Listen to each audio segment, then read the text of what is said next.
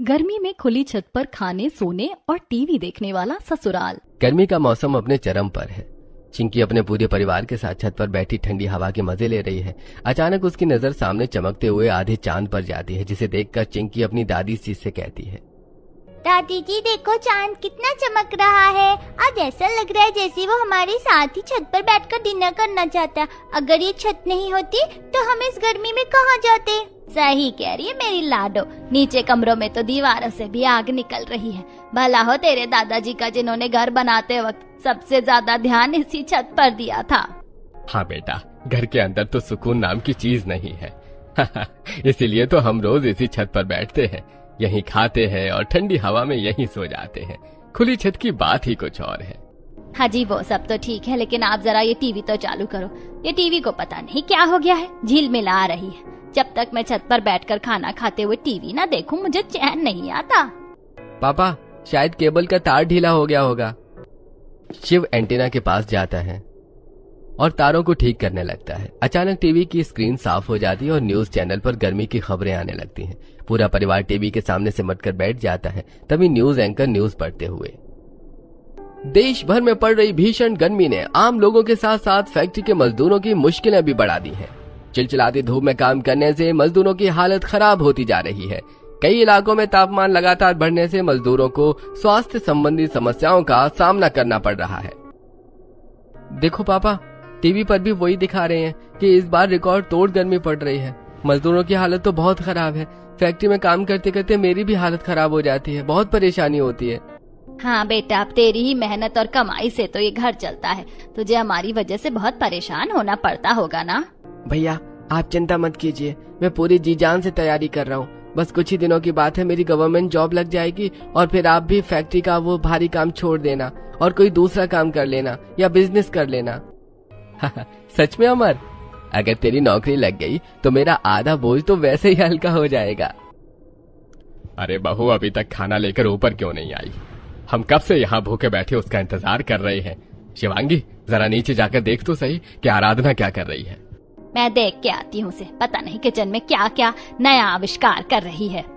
शिवांगी सीढ़ियों से नीचे उतरकर किचन की तरफ जाती है। वहाँ आराधना पसीने में तरबतर होकर खाना बना रही है।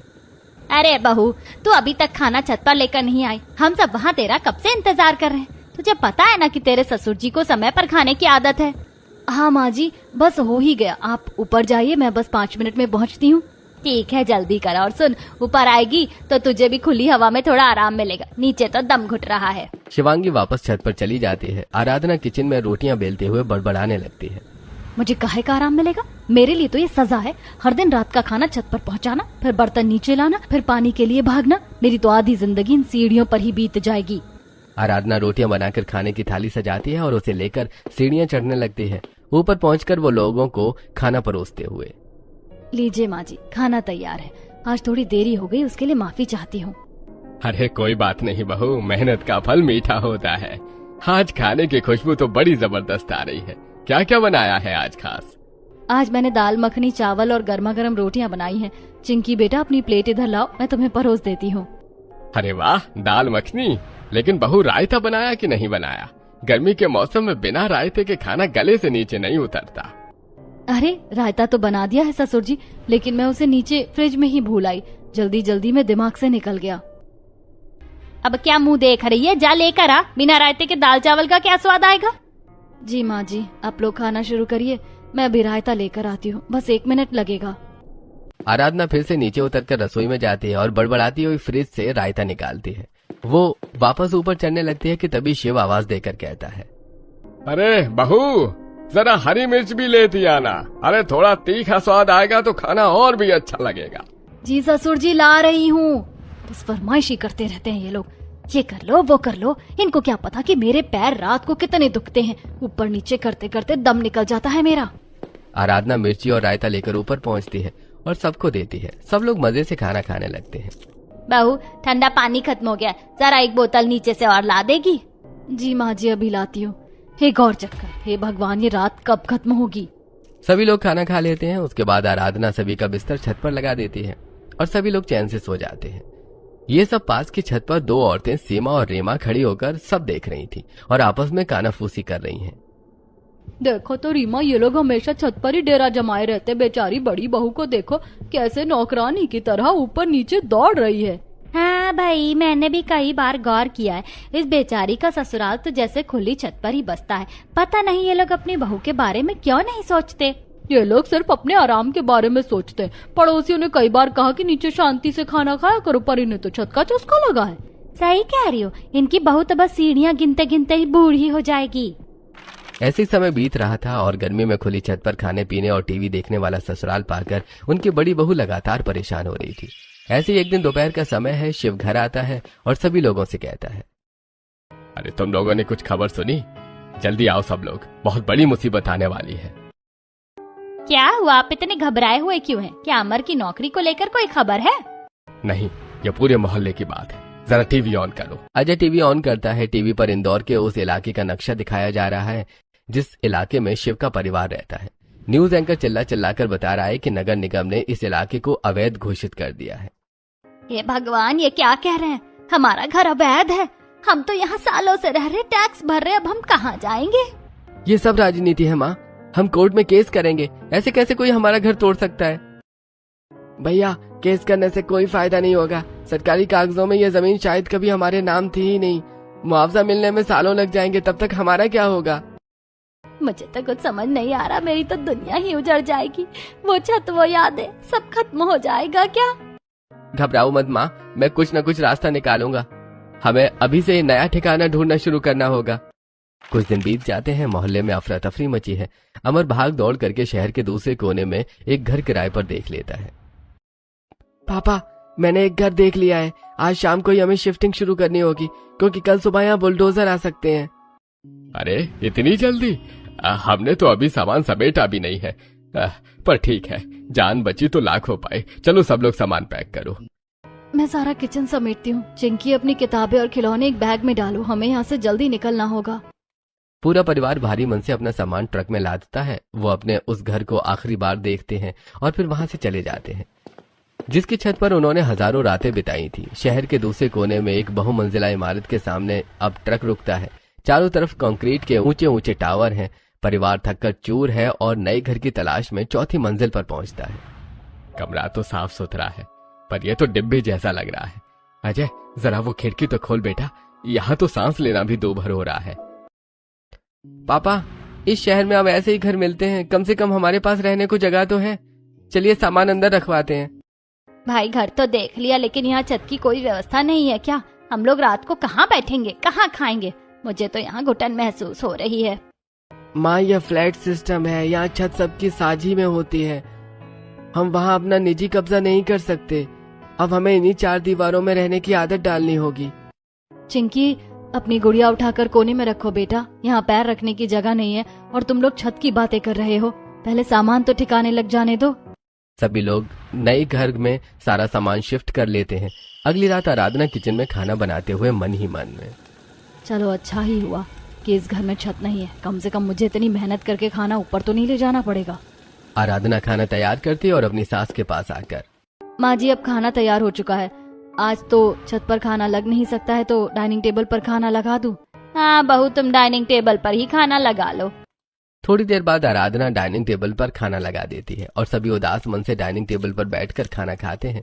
खाना खाते हुए चिंकी अपने दादा दादी से, दादाजी, दादी जी, हम छत पर बैठकर खाना क्यों नहीं खा रहे हैं? यहाँ खाना खाना अच्छा नहीं लगता, छत पर ही अच्छा लगता है।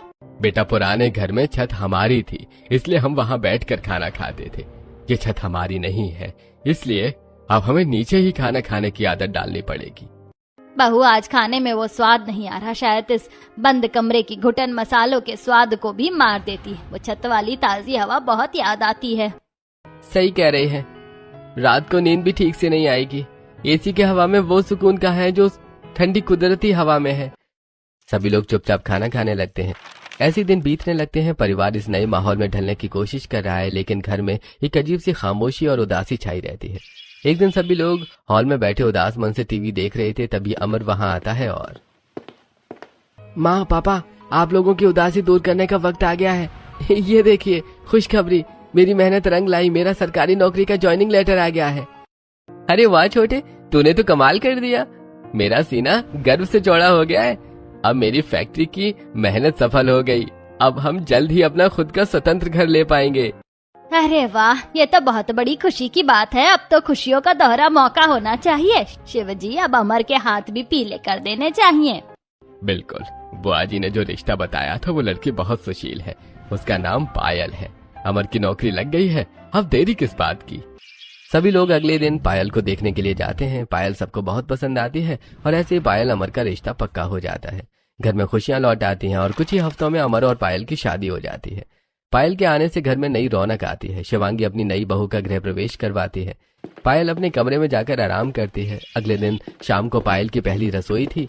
पायल किचन में खाना बनाते हुए अपनी जेठानी से, जेठानी जी, आप तो यहाँ काफी दिनों से रह रही है, मुझे बताइए ना कि घर वालों को क्या खाना पसंद है। पायल खाने में तो उन्हें हर चीज चल जाती है, लेकिन खाना खाना उन्हें छत पर ही पसंद है। छत पर पसंद है मतलब? मैं आपकी बात समझी नहीं। आराधना उसे सारी बातें बताते हुए कहती है। और इस तरह हम यहाँ शिफ्ट हो गए। जब से हम यहाँ आए हैं परिवार के सभी लोग डाइनिंग टेबल पर ही खाना खाते हैं और इसीलिए वो खुश नहीं रहते। उन्हें देखकर मुझे भी अच्छा नहीं लगता। अच्छा ये बात है, तो क्यों ना हम आज बालकनी में ही सेटअप लगा ले। थोड़ी जगह तो है वहाँ, मैं वहाँ छोटी मेज और दरी बिछा देती हूँ। हाँ पायल, ये बिल्कुल ठीक रहेगा। अब रात को पायल बालकनी में छोटा सा टेबल सजाती है। पूरा परिवार वहाँ बैठकर खाना खाना शुरू करता है। खाना खाते हुए शिव, बहू कोशिश तो तूने बहुत अच्छी की है और खाना भी बहुत स्वादिष्ट है, पर वो छत वाली बात यहाँ कहाँ है। सही कह रहे हैं आप, वहाँ तो पूरा आसमान हमारा था।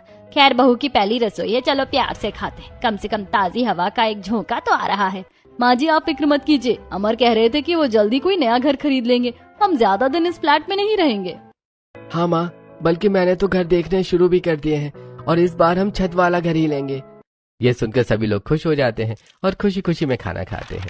ऐसे दिन बीतते हैं। अमर अपनी नई नौकरी में व्यस्त हो जाता है। वो पैसा जोड़ना शुरू करता है। कुछ महीने बाद वो एक शाम मिठाई का डिब्बा लेकर घर आता है और सबको हॉल में बुलाकर मिठाई देते हुए, पापा माँ, आप लोगों को इस बंद डिब्बे में जैसे फ्लैट में घुटने की जरूरत नहीं है। मैंने शहर के बाहरी इलाके में एक स्वतंत्र बड़ा मकान फाइनलाइज करा लिया है। सच कह रहा है बेटा? क्या वहाँ तूने खुली छत वाला घर ले लिया है? हाँ माँ, उस घर की सबसे बड़ी खासियत ही यही है कि वहाँ एक बहुत बड़ी और सुंदर खुली छत है, बिल्कुल वैसी जैसी हमारे पुराने पुश्तैनी घर में थी। क्या बात है, अरे वाह, फिर तो हम कल ही वहाँ शिफ्ट करेंगे। मुझे फिर से अपनी चारपाई डालकर खुले आसमान के नीचे तारे गिनते हुए सोना है। सभी लोग ये सुनकर बहुत खुश हो जाते हैं। पूरा परिवार एक बार फिर अपने नए घर में शिफ्ट हो जाता है। ये नया घर वाकई बहुत सुंदर और हवादार है।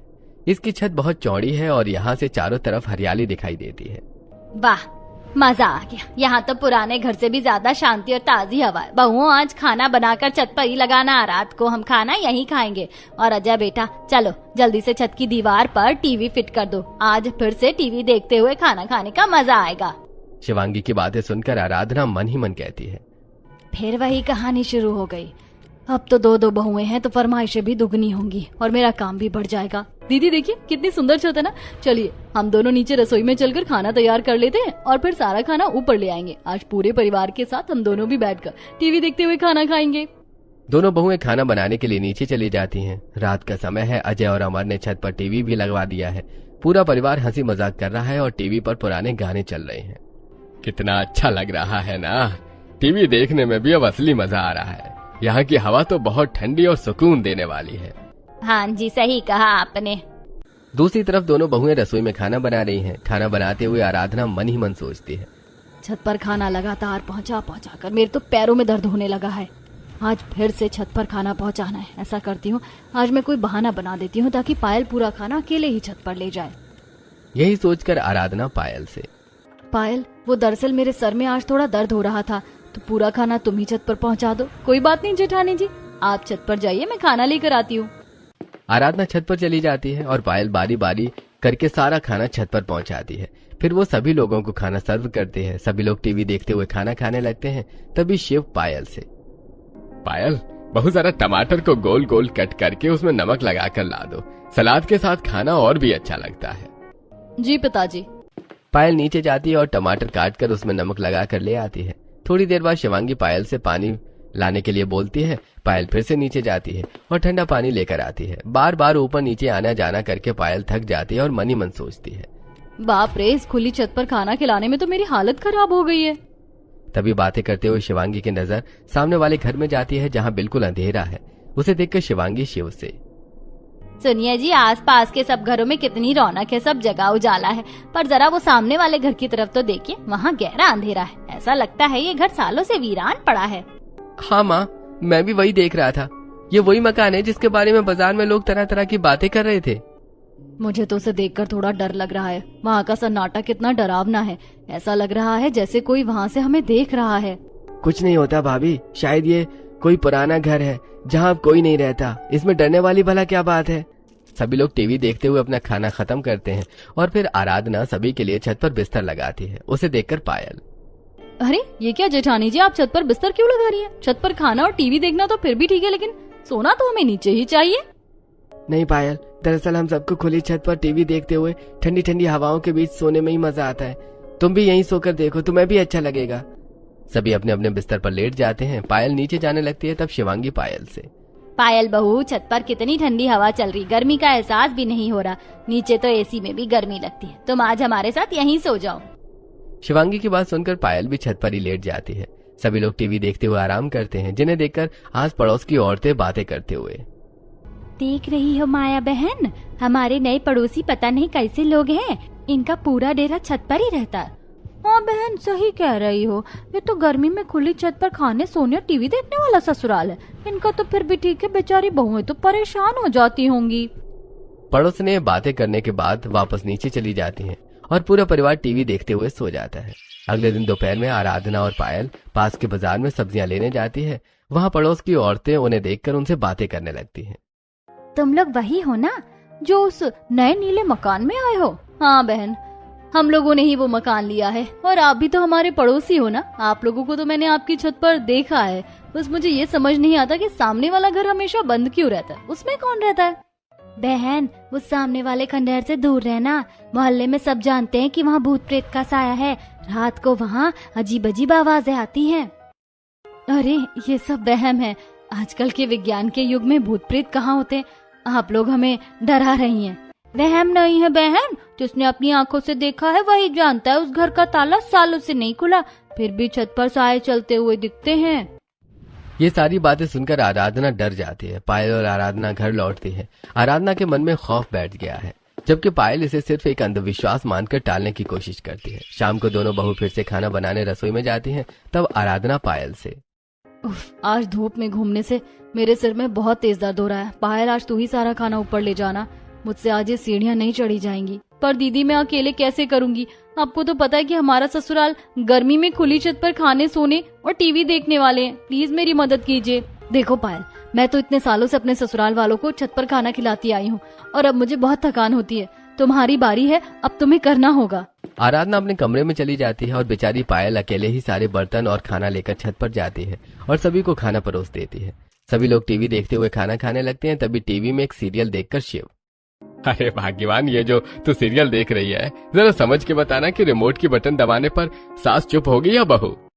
सभी लोग शिव की बात पर हंस पड़ते हैं। तभी शिवांगी पायल से, पायल बहू, जरा नीचे जाकर मेरे लिए अचार का डब्बा तो ले आ। आज खाने के साथ अचार खाने का मन कर रहा है। अब पायल अचार लेने नीचे जाती है। खाना खाते समय पूरा परिवार पायल को काम बताता है, जिसके लिए उसे बार बार ऊपर नीचे आना जाना पड़ता है। तभी शिवांगी पायल से, अरे बहू, तो अकेली क्यों आ रही है? आराधना कहाँ मर गई? क्या उसे भूख नहीं लगी या फिर से नखरे शुरू हो गए उसके? नहीं माँ जी, दीदी के सिर में बहुत तेज दर्द है। वो नीचे आराम कर रही है। उन्होंने कहा है आज मैं ही सब संभाल लूं। अच्छा ठीक है, तो ये रायता इधर रख और जरा नीचे जाकर ठंडा पानी और ले आ। पायल फिर से नीचे भागती है। जैसे ही वो किचन में जग भर रही होती है, उसे ऊपर की बालकनी से किसी के बर्तन के गिरने की तेज खड़खड़ाहट सुनाई देती है। वो कांपते हुए बालकनी में झांकती है। कौन है वहाँ? अमर, क्या आप नीचे आए हैं? सामने वाले घर की छत पर पायल को एक धुंधला और काला साया धीरे धीरे हिलता हुआ दिखाई देता है। वो साया हवा में तैरता हुआ महसूस होता है। पायल की चीख निकल जाती है। चीख सुनकर शिवांगी, शिव और अमर भागकर नीचे आते हैं। आराधना भी अपने कमरे से बाहर निकल आती है। अरे क्या हुआ बहू, तू ऐसे क्यों चिल्लाई? किसी ने तुझे डराया है क्या, या छत से कोई चोर नीचे कूदा है? पापा, वो सामने वाली छत पर मैंने किसी को देखा। बिल्कुल काला साया था। वो धीरे धीरे हिल रहा था और फिर अचानक ओझल हो गया। मैंने कहा था ना माँ जी, उस घर में कुछ तो गड़बड़ है। बाजार में पड़ोसन भी तो यही कह रही थी कि वहाँ किसी की रूह भटकती है। हे भगवान, ये क्या सुन रही हूँ? बहू, तूने सच में भूत देख लिया। मैं तो पहले ही कह रही थी कि ये इलाका बहुत सुनसान है। अब हम यहाँ कैसे रहेंगे? पायल शांत हो जाओ, ये सिर्फ तुम्हारा वहम है। दूर की रोशनी और पेड़ों की परछाइयों का खेल होगा। इस जमाने में भूत प्रेत कुछ नहीं होते। नहीं अमर, मैंने अपनी आंखों से देखा, और सिर्फ देखा ही नहीं, वहाँ बर्तनों के गिरने की भी आवाज आई थी। अगर वहाँ कोई नहीं रहता तो आवाज कहाँ से आई? अरे बर्तनों की आवाज, ये तो वाकई अजीब बात है। चलो अभी सब लोग वापस छत पर चलो और खाना खाकर सो जाओ। सुबह उजाले में देखेंगे कि माजरा क्या है। सभी लोग छत पर जाते हैं और खाना खाकर सो जाते हैं। अगली सुबह सूरज की पहली किरण के साथ ही आराधना और पायल बालकनी में कपड़े सुखाने आती हैं। दोनों की निगाहें अनायास ही सामने वाले घर की ओर उठ जाती हैं। पायल, जरा उधर देख। कल रात तो वहाँ का दरवाजा और खिड़कियाँ सब बंद थे, फिर वो ऊपर वाली खिड़की आज आधी कैसे खुल गई?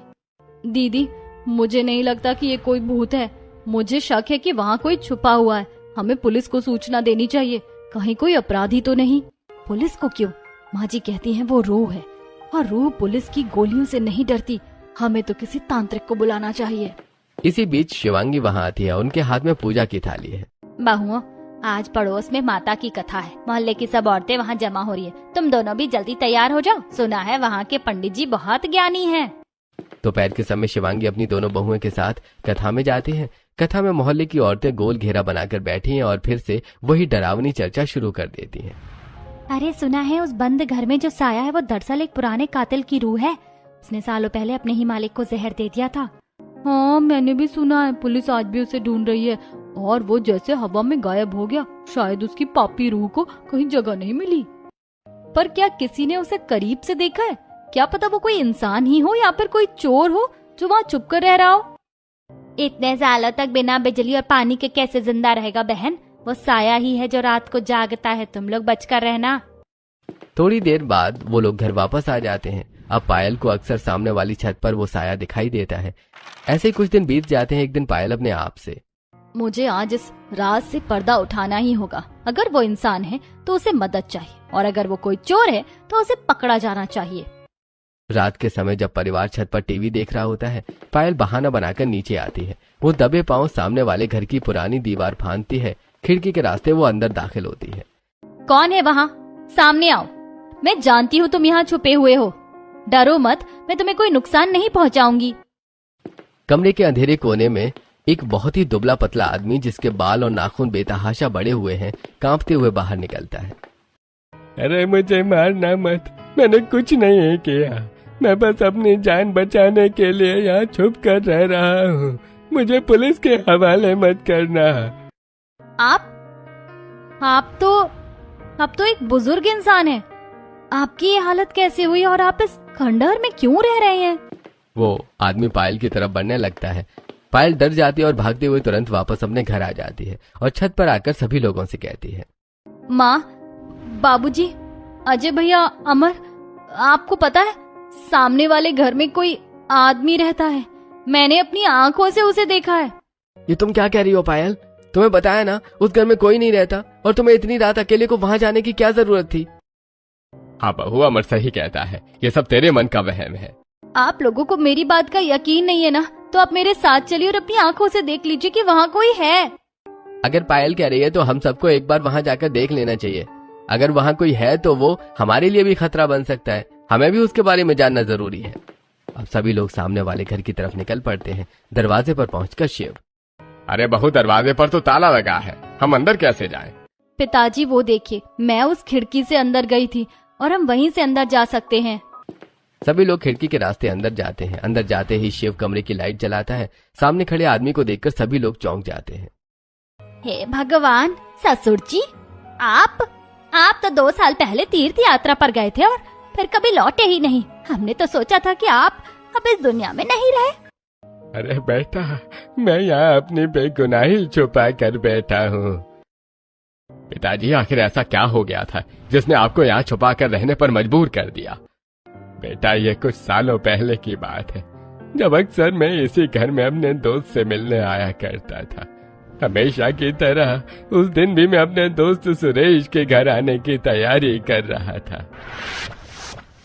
बहू, जल्दी से टिफिन का डिब्बा दे दे, मुझे देर हो रही है, मेरा दोस्त मेरा इंतजार कर रहा होगा।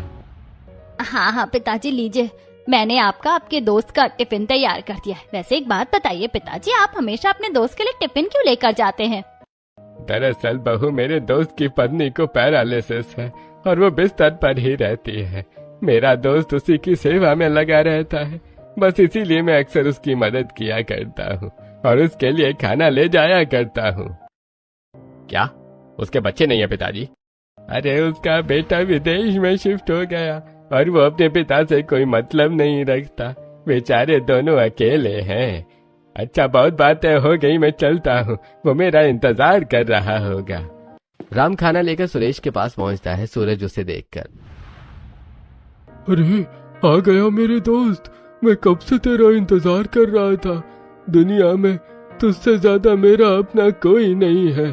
अगर तू हमारा ख्याल नहीं रखता तो पता नहीं हमारा क्या होता। अरे यार, ये कोई आसान थोड़े ना है, तुम्हारी चिंता करना तो मेरा फर्ज है। अब चलो खाना खा लो। राम उन्हें खाना खिलाता है। उनके साथ समय बिताने के बाद वो अपने घर लौट आता है और ऐसे ही दिन बीत रहे थे और राम हमेशा उनसे मिलने और उनकी मदद करता। एक दिन राम जब उनके घर पहुंचता है तो देखता है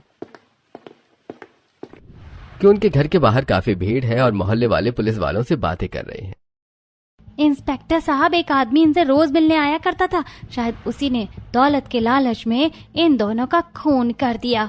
हे भगवान, वो दोनों मर गए और उनकी मौत का जिम्मेदार मोहल्ले वाले मुझे समझते हैं। अगर मैं उनके सामने जाऊंगा तो पुलिस मुझे गिरफ्तार कर लेगी और अगर मैं अपने घर वापस जाऊंगा तो पुलिस मेरे घर तक भी पहुंच जाएगी।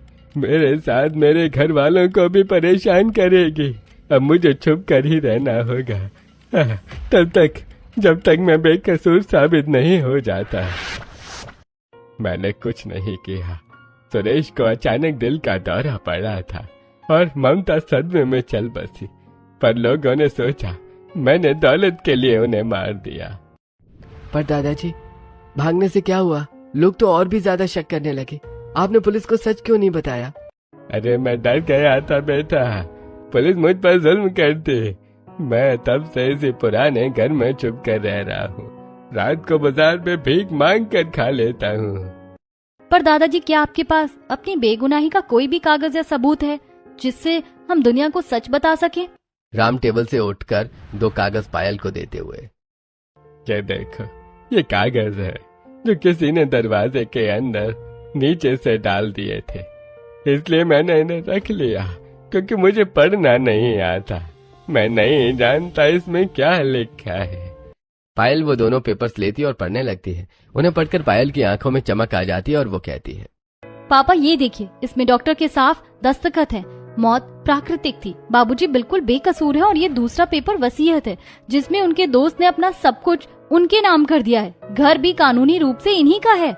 अगली सुबह पूरे मोहल्ले में शोर मच जाता है। पूरा परिवार पुलिस वालों और मोहल्ले वालों को पूरी सच्चाई बताते हैं। पुलिस आती है और अमर सारे सबूत पेश करता है। पुलिस राम को नहीं पकड़ती। चलिए बाबूजी, अब अपने असली घर चलिए, हम आपका होलिया ठीक करते हैं। आज से आप हमारे साथ रहेंगे। कुछ दिन बाद शाम का समय है। राम बाबूजी अब बिल्कुल साफ सुथरे कपड़ों में, छोटे बाल और कटे हुए नाखूनों के साथ अपनी नई छत पर बैठे हैं। कितना सुकून है आज। आज हमारी छत और हमारा परिवार दोनों पूरे हो गए। अब तो हमारे पास 2-2 छतें हैं, एक ये और एक ये सामने वाली। बेटा, ये सब इस छोटी बहू पायल की वजह से हुआ। अगर यह भूत प्रेत से डर कर बैठ जाती तो मैं आज भी उस घुटन भरे कमरे में मर रहा होता। लेकिन इन सब बातों के बीच मुझे भी तुम लोगों से कुछ कहना है। मैं सामने वाले घर के छत पर रहकर अक्सर तुम लोगों को यहाँ देखा करता था बैठा हुआ, और बहू को छत पर खाना ले जाते परेशान होते हुए भी देखता था। हाँ पिताजी, बहुओं की परेशानी पर तो कभी हमारा ध्यान ही नहीं गया। मैंने सब सोच लिया है बहू।